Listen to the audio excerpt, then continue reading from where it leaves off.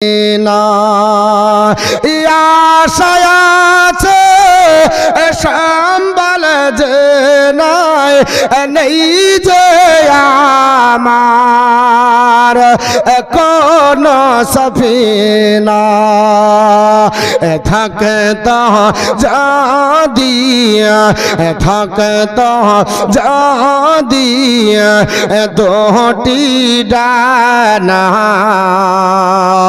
ওড়ে যেতাম সোনার মদিনা হৃদয়ের মাঝে একটাই বাসনা যাহাব আমি সোনার মদিনা মরণ দিও গো মদিনার মাটিতে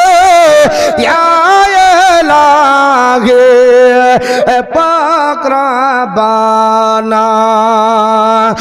মরণ দিও গো মদিনার মাটিতে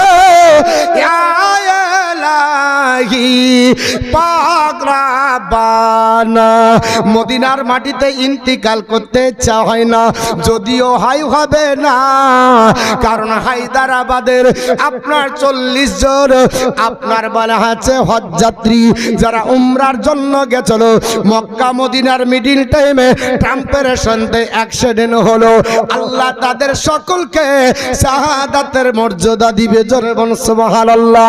তাদের কত নসিব ভালো, ওদের জায়গাটা মসজিদে নববীর আপনার সবুজ গম্বুজ থেকে আপনার ডান হাতে মসজিদ আপনার জান্নাতুল বাকিতে কবরস্থান হলো, জোরে বলুন সুবহানাল্লাহ।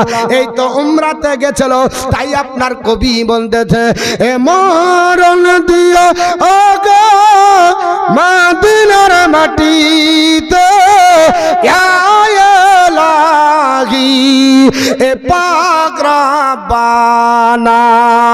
মুখতে দরদার মুখতে দরদার সালামের নজরানা নিয়ে যাব সোনার মদিনা আমার সকলে নবীজির দিওয়ানা যাহাব মোরা সোনার মদিনা।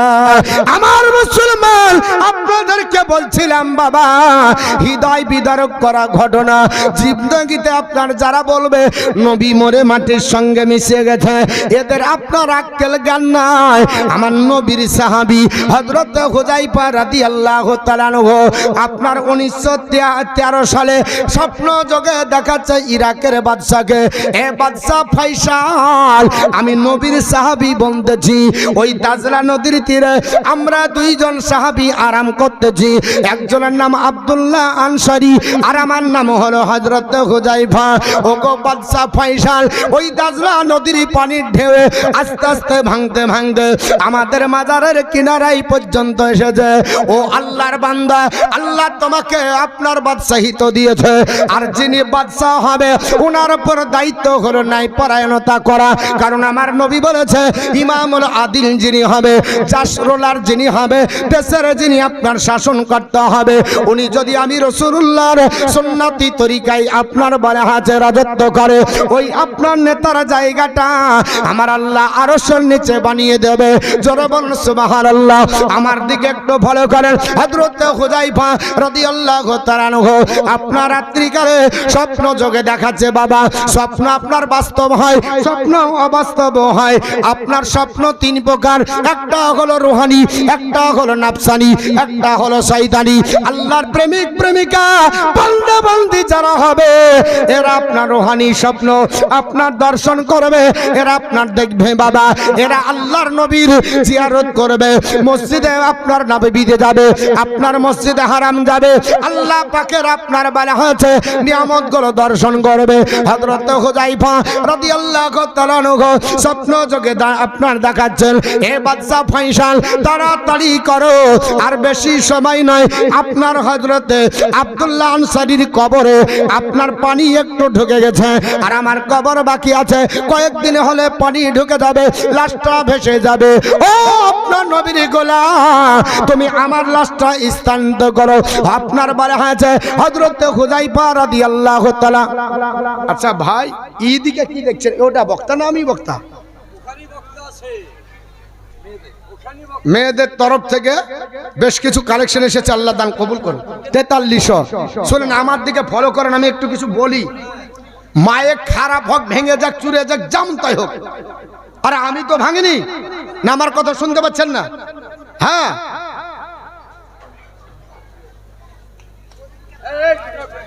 আমার বন্ধুগান বলার উদ্দেশ্য হলো পৃথিবীর জমিনে আপনাদেরকে বলি, আমি আপনাদেরকে বলে যাচ্ছি হযরত হুযায়ফা রাদিয়াল্লাহু তাআলা আনহু স্বপ্ন যোগে যখন দেখালেন, একদিন চলে গেল বাদশা আপনার ফয়সাল, রাত্রিকালে স্বপ্ন দেখলেন, কিন্তু দিনের বেলায় বিভিন্ন রাজত্বের কাজের ব্যাপারে উনি ভুলে গেলেন, উনি আর এটা আলোচনা করতে পারলেন না। একদিন গেল, আলোচনা হলো না, 2 দিন রাত্রিতে আবার স্বপ্ন দেখে, ওই দিনও কোনো আলোচনা করতে পারলেন না। 3 দিন আপনার স্বপ্ন যোগে দেখলেন, স্বপ্ন যোগে দেখার পরে ওই তৃতীয় রাত্রিতে নুরি আল মালিকি এবং গ্র্যান্ড মুক্তিকে স্বপ্ন যোগে হুযায়ফা দেখান, ও আল্লাহর বান্দারে, আমি হুযায়ফা বলতেছি, নুরি আল মালিকি প্রধানমন্ত্রী শুনে রেখে দাও, আমার আপনার লাশ মুবারকের উপরে আপনার পানি কাছিয়ে এসেছে, যদি আপনার বাদশার সঙ্গে আলোচনা না করে আমাকে স্থানান্তরিত না করো, তাহলে নবীর সাহাবী হযরতে আব্দুল্লাহ আনসারী আর আমার লাশ আপনার ভেসে যাবে। আমার মুসলমান বলার উদ্দেশ্য হলো, এই স্বপ্ন জগে যখন দেখলেন নুরি আল মালিকি এবং জ্ঞান মুক্তি, তিনি আপনার 2 জন দেখলেন, বাদশা ফয়সালও দেখলেন। নুরি আল মালিকি ডাক দিয়ে বলল, মুফতি সাহেব চলেন একটু বাদশার দরবারে যাব। ইরাকের আপনার বাদশা ফয়সালের দরবারে যাবার পরে ডাক দিয়ে বলো, বাদশা ফয়সাল, রাত্রি বেলাতে ভয়ানক স্বপ্ন দেখলাম, তবে এই স্বপ্ন আপনার বুঝতে পারি না। বাদশা যেমনি আপনার শুনেছে, আপনার দিকে উঠেছে, এ আপনার নুরি আল মালিকি, ওরে প্রধানমন্ত্রী, এই স্বপ্নটা তো আমিও রাত্রিকালে পরপর 3 দিন দেখেছি। আমার নবী যদি নারাজ হয়ে যায়, নবীর সাহাবী নারাজ হওয়া মানে আমার নবী নারাজ হওয়া, আর নবী যদি নারাজ হয়ে যায়, আল্লাহ পাক নারাজ হয়ে যাবে। আপনার বাদশা ফয়সাল তাড়াতাড়ি আপনার বৈঠক বসিয়ে দিল, মুফতি সাহেবকে বলল, শোনো, তোমার ফতোয়া তুমি আলগা করো। আপনার নুরি আল মালিকিকে নিয়ে আপনার বাদশা ফয়সাল আপনার বৈঠক বসার পর সিদ্ধান্ত হলো, চলো আপনার দাজরা নদীর তীরে কবর খনন করে লাশগুলোকে উদ্ধার করে কোথায় দাফন করতে হবে। বলে আপনার বলে আছে, ইরাকের একটা জায়গা আছে, নাম হলো সালমান পার্ক, যেখানে সালমান রাদিয়াল্লাহু তাআলা আনহুর মাজার মুকাদ্দাস আছে, যেখানে আপনার সালমান রাদিয়াল্লাহু তাআলা আনহু আরাম করে। ও সাহাবী সালমান ফারসি, যিনি পৃথিবীর জমিনে 250 বছর জিন্দেগি পেয়েছিলেন, আমার নবীর সহচর্য লাভ করে জান্নাতি হবার সুযোগ আপনার লাভ করেছিলেন। ও সালমান ফারসির আপনার নামে নাম, ওই সালমান পার্কে দাফন করার জন্য আপনার চিন্তা ভাবনা করা হলো। চতুর্দিকে খবর হয়ে গেল। নুরি আল মালিকি বলল, বাদশা আপনার চতুর্দিক থেকে খবর আসে, ওই মদিনা আর মক্কা মেরে 5 লক্ষ হাজি গেছে। তদানীন্তন কালে আপনার ফোন ছিল না, তদানীন্তন কালে আপনার পেপার পত্রিকার মাধ্যমে যখন জানা হলো, সমস্ত হাজিরা বলল, শোনো, আমরা নবীর সাহাবীদেরকে আমরা নজরে দেখতে পাইনি, চামড়ার চোখে দেখতে পাইনি, আজকে নবীর সাহাবীদেরকে দেখবো, একটু তোমরা রেখে দেবে, হজ শেষ হয়ে যাবে, আমরা ইরাকের ওপর দিয়ে যখন যাব, নবীর সাহাবী হুযায়ফাকে দর্শন করে কলিজা ঠান্ডা করব, জোরে বলি রাদিয়াল্লাহু তাআলা আনহুর লাশটা তুলে কোথায় দাফন করা হবে, কি অবস্থায় ছিল, আপনার কি কি ঘটনা ঘটেছে ইনশাআল্লাহ বলবো। নবীকে মুর্দা বলছে আর নবীর সাহাবীর অবস্থা দেখেন, তারপরে নবীর কথা পরে ভাববো। একজন আল্লাহর বান্দা বান্দি 10,000 টাকা দিতে পারবেন এই মাদ্রাসার জন্য? আজিমুসান জালসা আল্লাহ পাকের আপনার বান্দা বান্দি কেউ আছে একটা 10,000 টাকা দেওয়া যাবে? বলে হুজুর আমি আপনার এই মাদ্রাসার জন্য 10,000 টাকা আমি আপনার দিলাম, আজ না পারলে কাল দিবেন, পরশু দিবেন, আপনি আপনার যখন সুযোগ হবে তখন দিবেন, মাত্র 10,000 টাকা। একজন কোন আল্লাহর বান্দা বান্দি আছে? এত বড় আপনার জালসাতে আমরা এসেছি লোক, একজন আল্লাহর কোন বান্দা বান্দি 10,000 টাকা? দেখি মহব্বতে কে আছে? 10,000 টাকা। মা বোন কোথায়? ওনারা ওই জায়গায় আছেন, ওনারা দেখতে পাচ্ছেন। আমি বলবো মা আপনাদের ভিতরে আমি বেশি লাই, আপনার বলা হচ্ছে 10টা মায়ের কাছে 1,000 টাকা করে লক্ষ্মী ভান্ডারে নেব। 10টা মা 1,000 টাকা করে আমি আপনাদের নেব। 1 মাসের টাকা মাদ্রাসাকে দিবেন, 11 মাসের টাকা আপনি খাবেন। 10টা মায়ের কাছে 1,000 টাকা করে, আর আপনাদের কাছে 10,000 টাকা। একজন কোন আল্লাহর আপনার বান্দা বান্দি যারা পৃথিবীর জমিন থেকে বাপ গেছে, মা গেছে, আত্মীয় স্বজন গহীন অন্ধকার কবরে গেছে, তাদের রুহের মাগফিরাতের জন্য একটা 10,000 টাকা। একজন কোন আল্লাহর বান্দা বান্দি হাতটা বাড়াবেন, বলে হুজুর আমি 10,000 টাকা দেব। আছে কেউ? একজন আল্লাহর কোন বান্দা বান্দি মাত্র 10,000 টাকা। একজন কেউ আছেন? এটা মহব্বতে দেখতে চাই। মাত্র 10,000 টাকা একজন কোন আল্লাহর বান্দা বান্দি দিবেন, মাত্র 10,000 টাকা। এত বড় আপনার মাদ্রাসার জালসা, সেক্রেটারি, কেসিয়ার, সভাপতি, কমিটি, মাদ্রাসার আপনার সঙ্গে যারা জড়িত বা আপনার মাদ্রাসার বাইরে যারা চাকরিজীবী বিজনেসম্যান, প্রত্যেকের কাছে আমার আপনার রিকোয়েস্ট থাকলো, আমার দরখাস্ত থাকলো, এ মাদ্রাসা আপনাদেরই। এ মাদ্রাসা বন্ধ করার জন্য চক্রান্ত চলছে সরকারি ভাবে। যেমন আসামের 614টা মাদ্রাসা আরবি সিলেবাস বন্ধ করে দেওয়া হয়েছে, বলে মাদ্রাসায় টেররিস্ট হয়, আতঙ্কবাদী হয়, সন্ত্রাসের শিক্ষা দেওয়া হয় না। মাদ্রাসায় দেওয়া হয় আপনার কি আদর্শের শিক্ষা দেওয়া হয়, মানুষ মানুষ বানানোর জন্য এই মাদ্রাসায় শিক্ষা দেওয়া হয়। একজন কোন আল্লাহর বান্দা বান্দি 10,000 টাকা দিতে পারবেন না? কেউ আপনার বলে আছে নাই এই মাদ্রাসার জন্য আজ না পারলে কাল দিবেন? একজন কোন আল্লাহর বান্দি মাত্র আল্লাহর বান্দা বান্দি 10,000 টাকা আত্মীয় স্বজনের জন্য, মাত্র 10,000। কেউ নাই গো? একজন কোন আল্লাহর বান্দা বান্দি নাই? 10,000 টাকা একজন কেউ? সুবহানাল্লাহ, জাযাকাল্লাহ ফি দারাইন। আপনার শেখর নাকি শেখর মন্ডল, তিনি দিয়েছেন 2,000 টাকা। আল্লাহ দান কবুল করুন, জোরবেন আল্লাহুম্মা আমিন। একজন মা দিয়েছেন 2,000, আল্লাহ দান কবুল করে, জোরবেন আল্লাহুম্মা আমিন। আমি মাদের কাছে চেয়েছি আপনার বেশি লাই, 10টা মায়ের কাছে 1,000 টাকা করে। 10টা মা আসবেন, 1,000 টাকা করে এ মাদ্রাসার জন্য দান করবেন। আমি আপনাদেরকে নিয়ে একটু দোয়া করব। আর একজন আল্লাহর বান্দার কাছে 10,000 চেয়েছি। আমার আপনার বলে আছে ভাইজানরা, আব্বা জানের, আপনারা যারা শুনছেন, বেশি লাই 10,000 টাকা একজন দিবেন। আমরা ওই নবীর উম্মত যে নবীর সম্পর্কে আপনার গোটা বিশ্ববাসী এটাই আপনার বলে আছে প্রমাণ দিয়েছে জগৎবাসী। শোনো, মুহাম্মদ রাসূলুল্লাহ সাল্লাল্লাহু আলাইহি ওয়াসাল্লাম এমন একজন মহামানব যার চরিত্রের কাছে গোটা বিশ্ব ঋণী। এমনকি গৌতম বুদ্ধ বলতে বাধ্য হলো, আনন্দ শেট্টু দাবলিসান হুসাল টিচার্স হইন্দর গান। আনন্দ বলল গৌতম বুদ্ধকে, বলে গৌতম বুদ্ধ আপনি চলে যাওয়ার পরে, আপনার মরণের পরে হুসাল টিচার্স আমাদেরকে শিক্ষা দেবে। দাবলিসান রিপ্লাইড, গৌতম বুদ্ধ বলেছিল I am not the first Buddha, হুকেমন দা আটনার্সাল আই বি দ্য লাস্ট। আমি একমাত্র এবং শেষ বুদ্ধ নই। In on time another Buddha will arise in the world. একদা এক সময় পৃথিবীতে এমন একজন মহামানব, এমন একজন আপনার বলে হাসা নবী আসবে, এ হলি ওয়ানে সুপ্রিমলি ইনলাইটেড অন, যিনি আমার চাইতে আলোকপ্রাপ্ত, আমার চাইতে জ্ঞানী, আমার চাইতে ঊর্ধ্বস্তর অধিকারী হবে।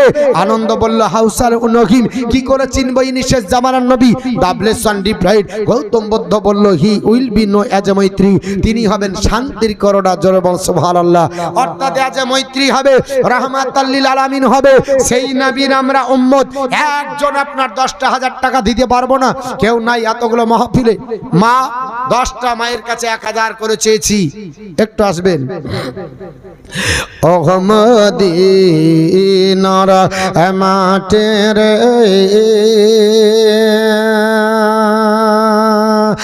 সকল শোক বুঝি তার কপালে। জোরে বলুন, বলবো গজলটা? তাহলে দেন একজন। ওহ মদিনার মাটির সুবহানাল্লাহ। মেয়েদের তরফ থেকে 3900 টাকা, কিন্তু 10টা মা লাগবে। আদরা 1000 টাকা, আকলেমা 1 বস্তা সিমেন্ট, দাগ খতিয়ান লিখালেন, হ্যাঁ দাগ নাম্বার খতিয়ান নাম্বার সব লিখবেন। আর 10টা মায়ের কাছে 1000 টাকা করে লাগবে। 10টা মা 1000 করে দিবেন, আর খুচরো যার যা আছে দিবেন। কিন্তু একটা 10,000 টাকার আমি পেলাম না। ওহ মদিনার মাটির কি নাম? মোশাররফ হোসেন।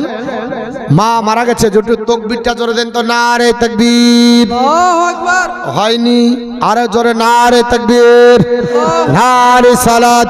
মাসলাকার হযরত উলামা আহলে সুন্নাত মোশাররফ হোসেন সাহেব, মা ইন্তিকাল করেছে, মায়ের রুহের মাগফিরাতের জন্য 10,000 টাকার দাতা। জোরে বলুন জিন্দাবাদ। আর একটু জোরে বলুন জিন্দাবাদ। ওহ মদিনার মাটির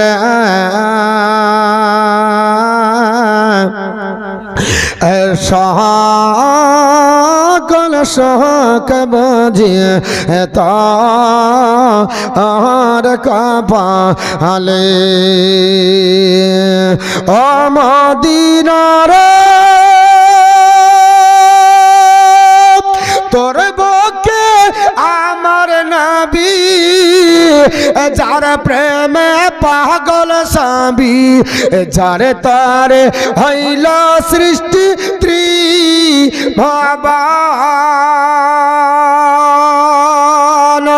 কাঁদি আমি সারাক্ষণি, কখন যাব সেখানে।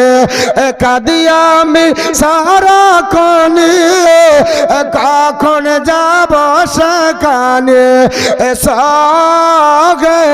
সগে না আর প্রাণে।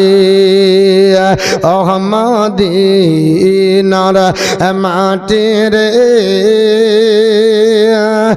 সকল শোক বুঝি তার কপালে।